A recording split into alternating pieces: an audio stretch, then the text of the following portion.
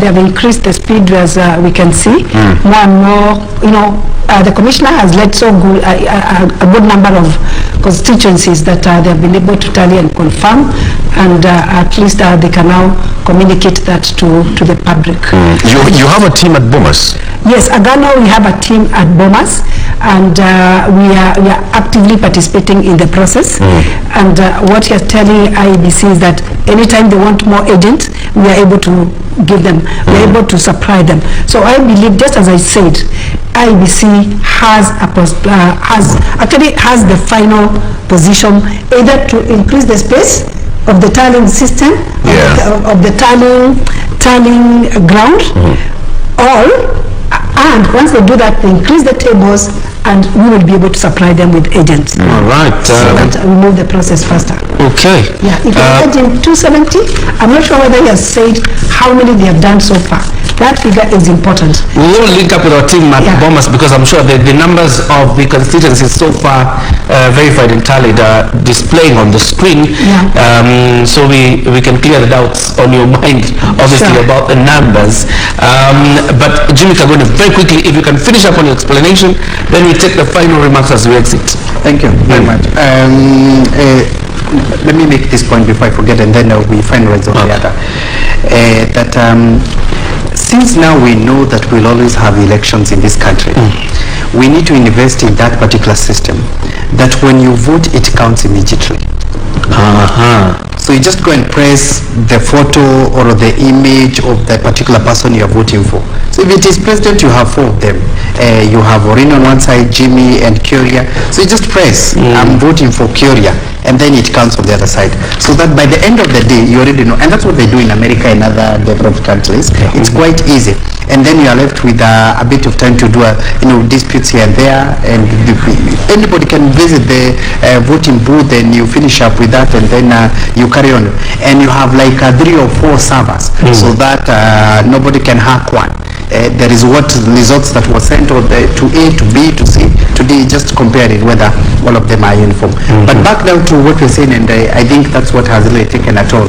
And first of all, we must congratulate also the IEBC. This time round, I think they have really improved from last time. It's becoming better and better every day, and therefore we can only hope that they'll even be able to adopt and get into those kind of systems that we are talking about. But in terms of that form, of that 4A to that 4B, it's quite simple. I think we can make it very clear, and we can just conclude by saying in a very summarized way that even the IEBC, they have 0 mandate to interfere with what was entered at the polling station at that 4A. That 4B is a replica of that 4A. All right. Quite an explanation there. A final one before I give you your closing remarks, Orina. You're a parent listening.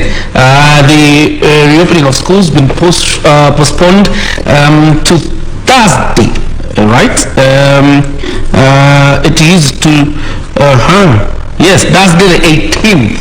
So if you're worried a bit about no presidential results just yet, and you have to take your child to school, well, you have some relief. Thursday it is, not Monday.